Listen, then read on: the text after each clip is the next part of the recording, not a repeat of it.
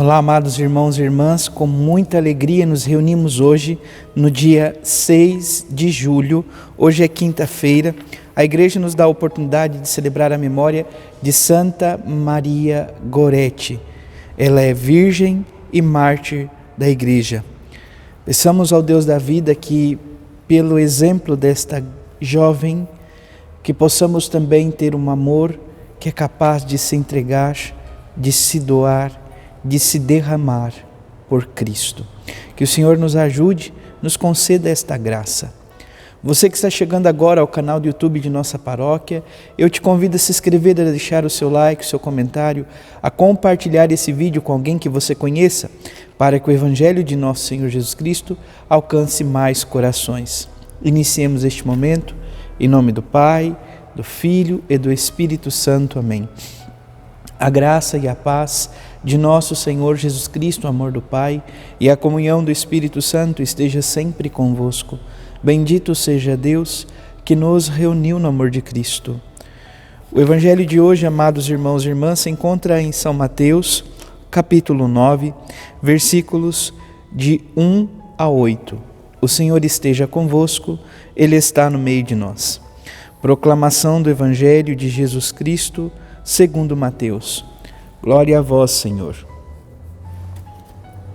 Naquele tempo, entrando em um barco, Jesus atravessou para outra margem do lago e foi para a sua cidade. Apresentaram-lhe então um paralítico deitado numa cama. Vendo a fé que eles tinham, Jesus disse ao paralítico: Coragem, filho, os teus pecados estão perdoados. Então, alguns mestres da lei pensaram: este homem está blasfemando. Mas Jesus, conhecendo os pensamentos deles, disse: Por que tendes esses maus pensamentos em vossos corações?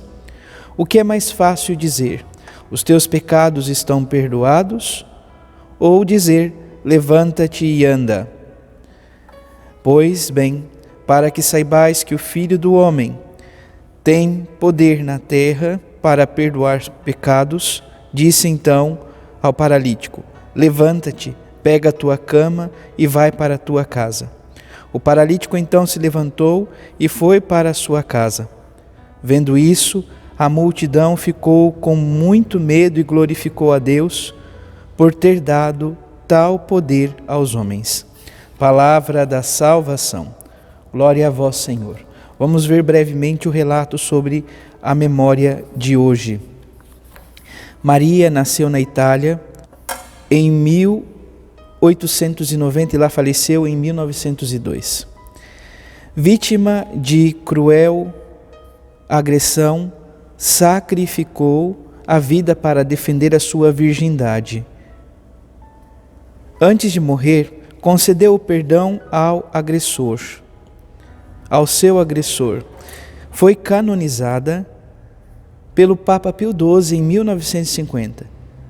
Acontecimento ao qual estava presente sua mãe, seus 4 irmãos e o já convertido autor de sua morte. Celebrando sua memória, proponhamos-nos a ser, na Igreja e no mundo, sinais do amor e misericórdia de Deus.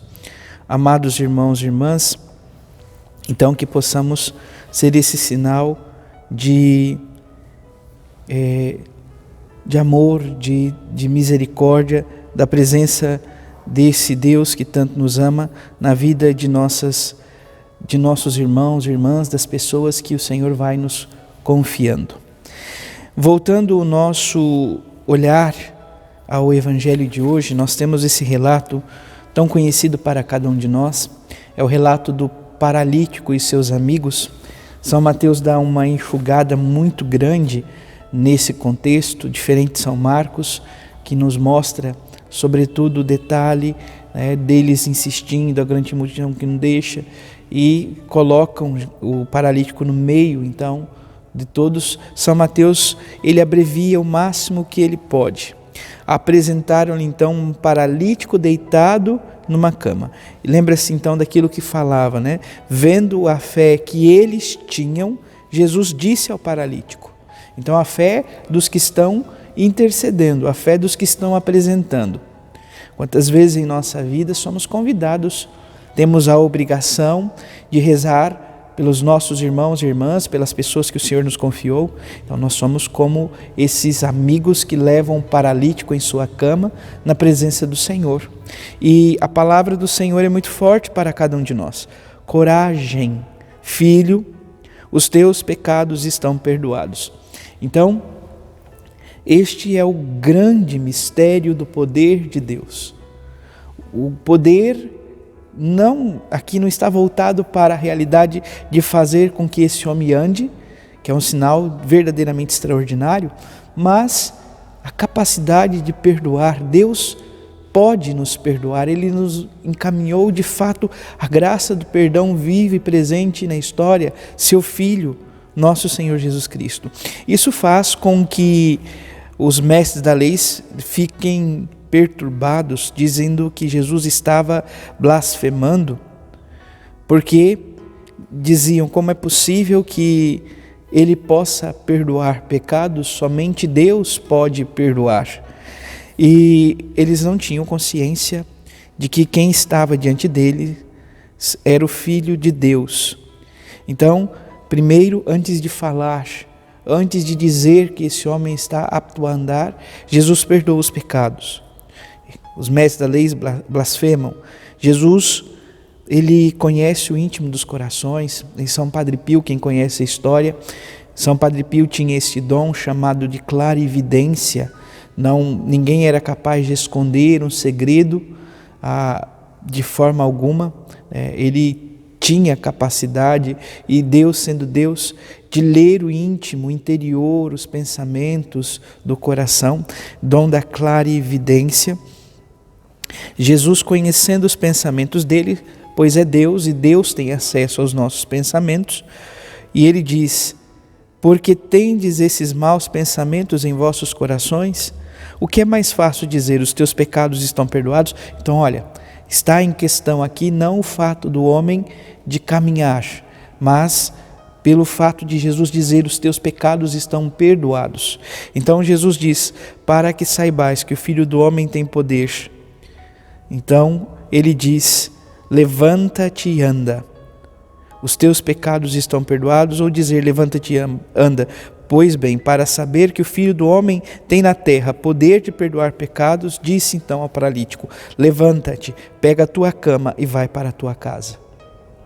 E no mesmo instante, esse homem se coloca de pé, se levanta e vai para casa. A conclusão do Evangelho, do trecho da perícope que hoje nos é oferecida, o Evangelho de São Mateus, é muito significativo. Vendo isso, a multidão vê o que aconteceu. Vendo isso, a multidão fica com medo e glorificou a Deus por ter dado tal poder aos homens. Então, aqui talvez a expressão não está muito bem traduzida. Temor não seria... Aqui, vendo a multidão, ficou não com medo. Medo nos paralisa, medo nos faz recuar. E lembremos-nos que o próprio Senhor nos traz coragem. Coragem, filho, os teus pecados estão perdoados. Coragem, filha, coragem de buscar a reconciliação com o Senhor. Então, o medo nos paralisa, mas o Senhor nos dá ânimo e coragem para nos reconciliar, para ir ao seu encontro, para acolher o perdão. Portanto, esta tradução, a forma mais correta de que nós pudéssemos dizer, então, que a liturgia nos traz hoje pelo Santo Evangelho, poderia ser traduzido aqui com toda certeza: vendo isso, a multidão ficou com temor e glorificou a Deus por ter dado tal poder aos homens. Se nós formos buscar o sentido literal de temor, uma das traduções é medo, de fato. Porém, amados irmãos e irmãs, para a realidade bíblica, o temor a Deus é muito mais um dom. Sobretudo no contexto do Novo Testamento, um dom conferido pelo Espírito Santo. É um dos 7 dons. Mas o que quer significar temor a Deus? Em última análise, nós poderíamos pontuar, então, o temor a Deus como a capacidade de reverenciá-lo e de respeitá-lo como Criador e Salvador. Então, é ter esta capacidade de reverenciá-lo, respeitá-lo como Criador e Salvador. Então, diante de tal poder, não só a realidade da cura, mas sobretudo da graça e do perdão, diante de tal poder, as multidões têm temor e assim glorificam a Deus, reverenciam, o respeitam, pois Ele é o Criador e Salvador. Temer a Deus é a atitude esperada por qualquer um que crer verdadeiramente diante do Deus Todo-Poderoso. Mas o temer não significa o mesmo do que ter medo ou pavor de Deus. Pelo contrário, o temor do Senhor está diretamente ligado ao amor e à gratidão a Ele. Então, amados irmãos e irmãs, é ter profunda gratidão, amor ao Deus da vida. É reconhecer que diante de tamanha graça, nós nos encontramos pequeninos. Mas mesmo em nossa pequenez, Deus olha para nós, Deus nos ama, Deus nos quer. E continua. Algumas pessoas têm dificuldade em entender como pode ser possível amar e temer ao mesmo tempo. Essa dificuldade se dá principalmente porque o medo é significado mais usual para a palavra temor. Então, portanto, a tradução que se foi utilizada aqui é para esse significado usual, mas, com toda certeza, não traz o sentido mais profundo. Não foi então está errado, padre? Não vamos dizer que está errado. Foi uma tradução inadequada ou inapropriada para designar o sentido mais profundo. Além disso, o apóstolo João escreve que no amor não há temor. Antes, o amor perfeito lança fora o temor, pois o temor tem consigo a pena e o que teme não é perfeito. Mas não há qualquer contradição entre o versículo e a exortação bíblica de que devemos temer a Deus, pois o temer está associado à capacidade de amar. Então, não voltada à realidade de ter medo excessivo. Temer a Deus e amá-lo acima de tudo são atitudes que se complementam, são atitudes que estão complementando uma a outra. São duas coisas inseparáveis. Isso porque servir o Senhor, servir a Deus, é necessariamente incluir o temor e o amor. Muitas pessoas enfatizam o amor a Deus, mas se esquecem de temer a Ele. Se esquecem de ter esta capacidade de se reverenciar, a capacidade de estar, então, voltando, esse amor e essa capacidade de se reverenciar ao Deus da vida. Porém, o ensinamento bíblico correto diz que não basta apenas amar a Deus. É preciso também temê-lo, assim como, igualmente, não basta simplesmente temê-lo sem amá-lo. O amor sem o temor é um amor vazio, superficial e desrespeitoso. Já o temor sem o amor é simplesmente medo e pavor.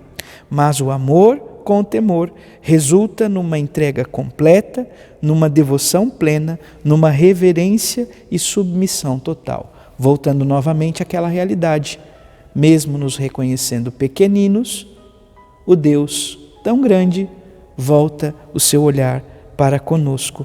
Portanto, amados irmãos e irmãs, que possamos, sobretudo, viver esta atitude desta multidão, deste povo que nós ouvimos aqui no Santo Evangelho, diante da graça, do amor do Senhor, do poder deste Deus que nos salva, que nos perdoa, que nos permite reconciliar com Ele, possamos glorificar a Deus, pois Ele deu este poder aos homens.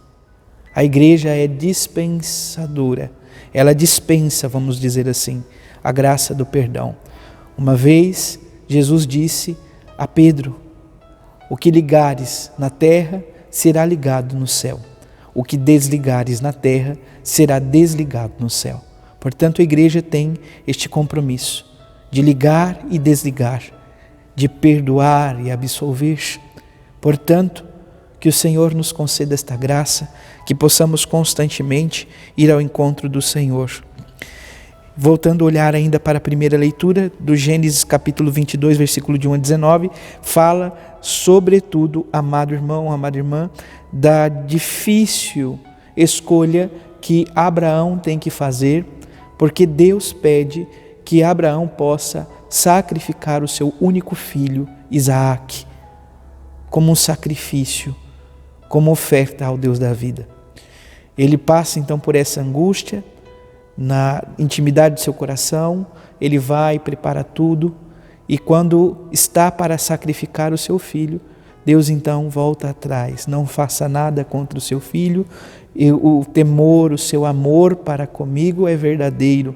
Então essa capacidade de reverenciar, de respeitar, de amar a Deus acima de tudo. Então que o Senhor nos conceda esta graça. Por fim, o Salmo traz como resposta: andarei na presença de Deus, junto a Ele na terra dos vivos. Que o Senhor então nos ajude, nos conceda esta graça, hoje e sempre. Louvado seja nosso Senhor Jesus Cristo, para sempre seja louvado. Abençoe-vos o Deus Todo-Poderoso, em nome do Pai, do Filho e do Espírito Santo. Amém. Graça e paz.